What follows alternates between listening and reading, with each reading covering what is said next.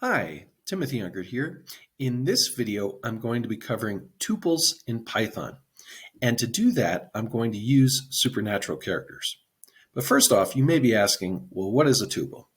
Well, a tuple is an immutable list, meaning that it can't change. So it can't change. That's what immutable means, okay?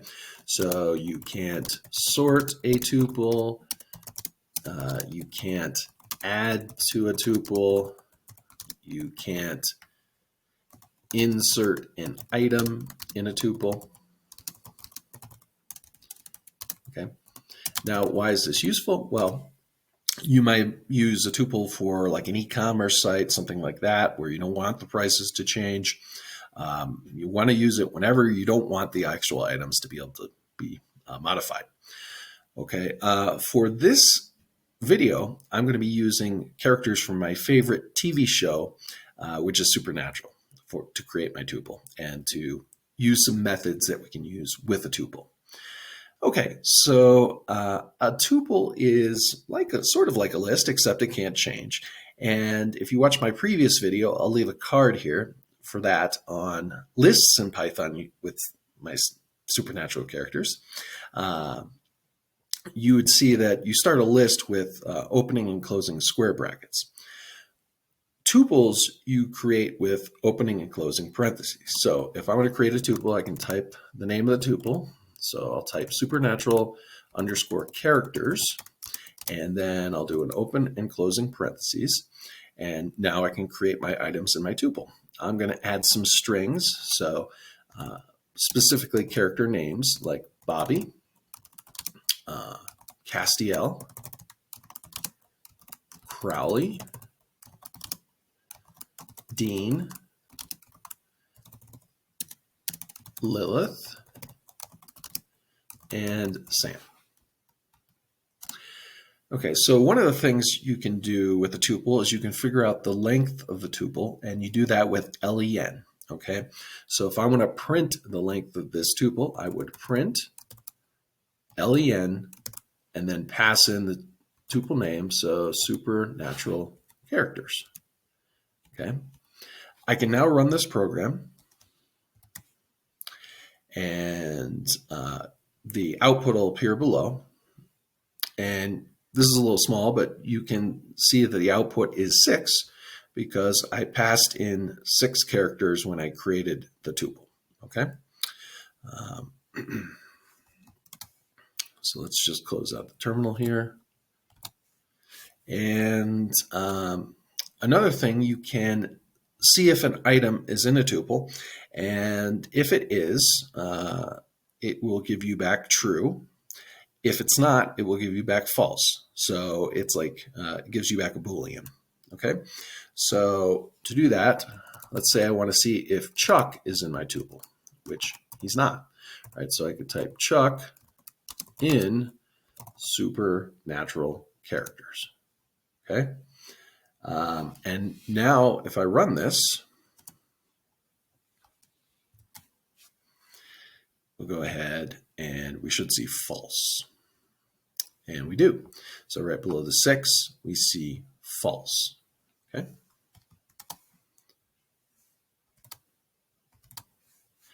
All right. Another thing you can do if the item is in a tuple is you can print the index. So to do that, you may want to use a conditional with this in statement here.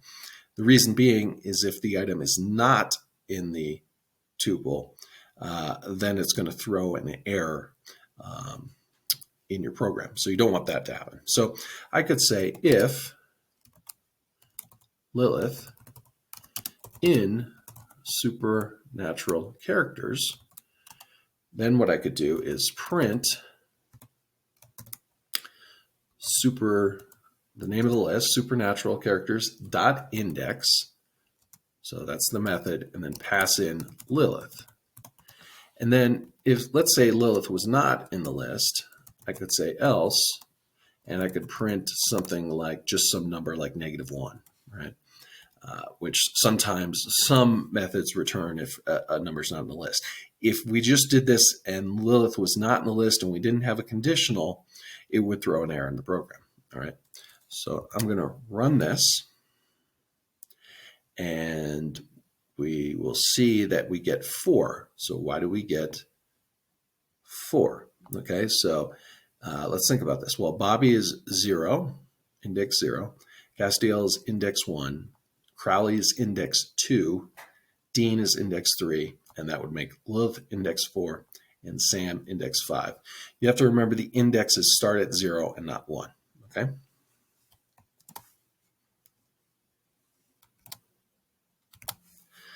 All right.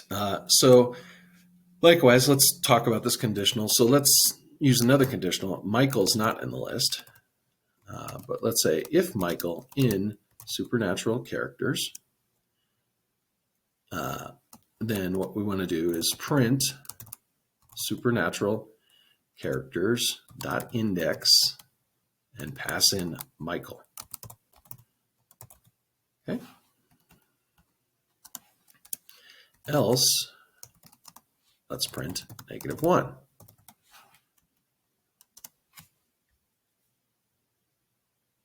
Okay.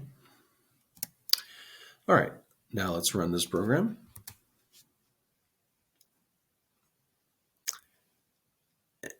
And we'll see that because Michael is not in the list, we get -1. Now, let me show you, just for confirmation, I'll show you the error. So let me close this out. Let's go down below here and let's just print without the conditional supernatural characters. So the name of the list dot index. Let's switch it up. Let's use a different character. Let's use Gabrielle. He's also not in this list. Okay. If I do that, I'm going to get an error. All right. So let's run it.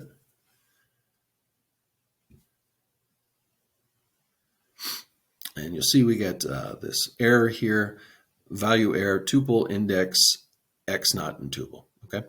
So it's important to use that conditional when you're doing this so that you don't run into those type of errors. Okay. All right. So the last thing I'm going to talk about in this video, it's going to be a short one, is I'm just going to talk about methods that don't work with tuples. So you may be using these methods in lists, but they don't work with tuples. So methods that don't work with tuples are the .append method, the .clear method, the .copy method, the .extend method, the insert method, the pop method, right, where we pop off the last one in the list, the remove method, because these are all changing. These are methods that can change lists. The reverse method that sorts it in a different way, right? And then, of course, the sort method. Okay, so those don't work with tuples. So that's just a little bit about tuples. It's not all inclusive about tuples, but I wanted to give you an introduction into those. What I would do is, if I were trying to learn this, is I would take what I talked about in this video, and then I would apply it to something that I'm interested in. Maybe it's around the holidays. Maybe you're interested in Die Hard, and you could put Die Hard characters in there, or something like that, some other show. And or a price list or something like that, maybe prices for your favorite items. Create your own tuple, practice these couple methods, and that'll help reinforce your learning. So that's basically it about tuples. If you like this video, please like, subscribe, and hit the bell for notifications. It really does help the channel grow. And I thank you for watching, and I hope to see you in the next one. Have a great day.